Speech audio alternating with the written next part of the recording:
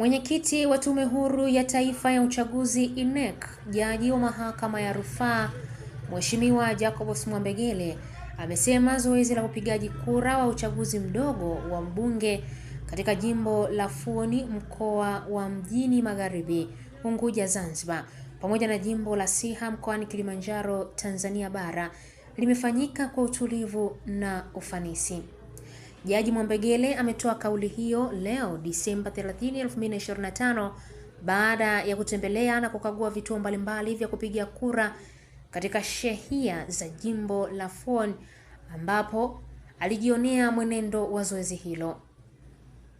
Amesema uchaguzi huo mdogo umefanyika pia katika kata 5 za Tanzania bara ambapo ni Chamwino manispaa ya Morogoro, Mbagala Kuu manispaa ya Temeke jijini Dar es Salaam, Nyangasungwa halmashauri ya wilaya ya Buchosa, Mwanza, Masoko halmashauri ya wilaya ya Mbeya na Ndono halmashauri ya wilaya ya Uyui mkoani Tabora.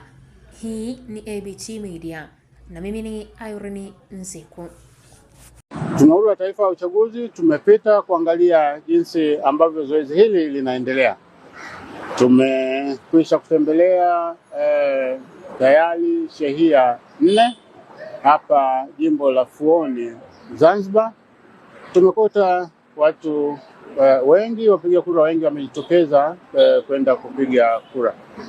Kwa mfanya hivyo, pamoja na kuwa asubuhi kulikuwa na tatizo la mvua, lakini wapiga kura wamejitokeza kuja kutimiza haki yao ya katiba kwa ajili ya kupiga kura. Na pia mimi nimetaarifiwa kwamba pia kule Tanzania bara jimbo la Siha uchaguzi unaendelea vizuri. Wapiga kura wamejitokeza kwenda kupiga kura kutimiza haki yao. Vivyo hivyo katika kata 5 za Tanzania bara, taarifa ambayo imenifikia ni kwamba uchaguzi unaendelea vizuri.